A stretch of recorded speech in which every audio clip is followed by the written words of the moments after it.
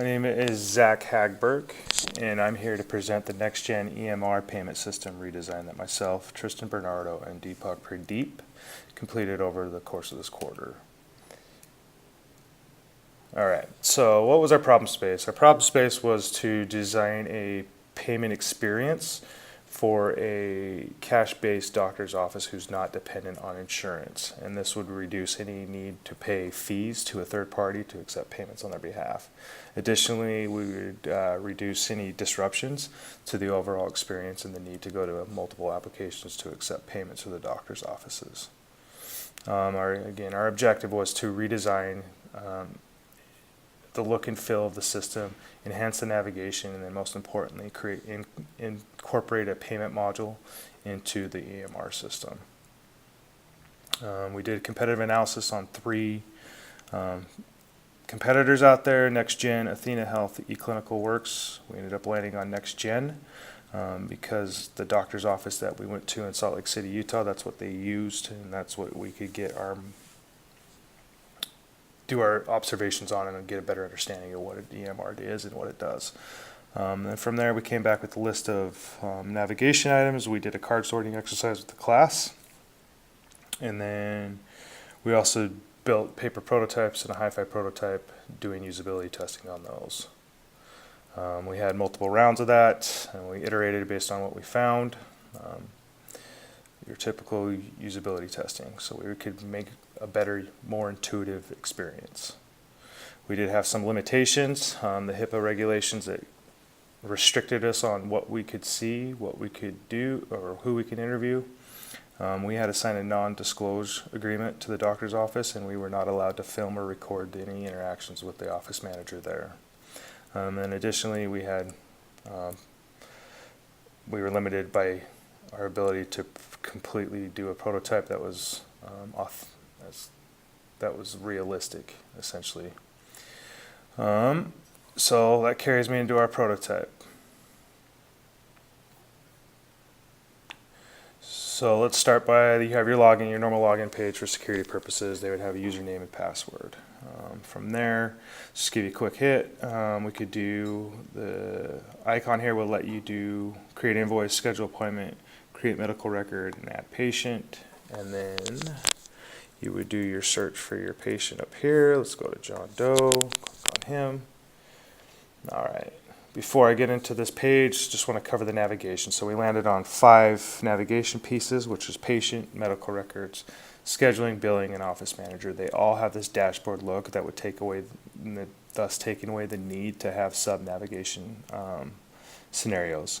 So your card on the top left, you have your patient information along with a photo, first and last name, and contact information, and an ID that's a unique ID that's associated to them to the doctor's office.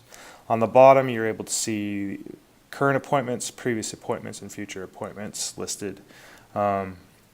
Any notes associated with those, and then any alerts. So what are the patients allergic to, how do they react before, and how's their behavior towards the staff.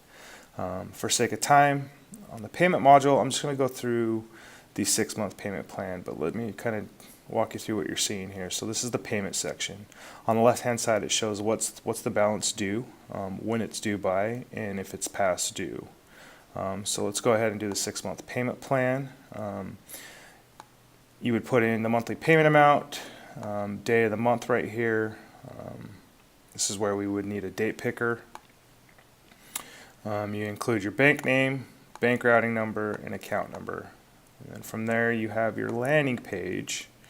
That's not your landing page, your confirmation page. It shows, okay, we set up a $200 payment on the 5th of every month that'll end in September of this year, along with the bank routing number and account number to submit the payment through.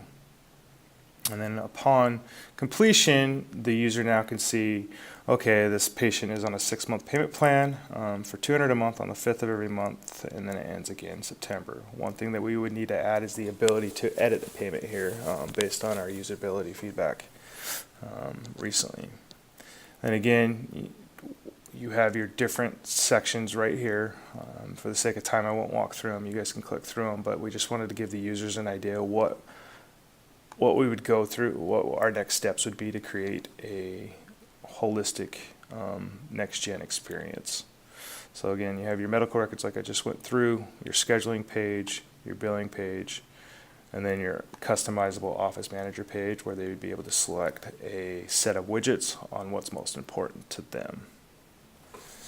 All right. So, what did we learn? Let's go back. What did we learn?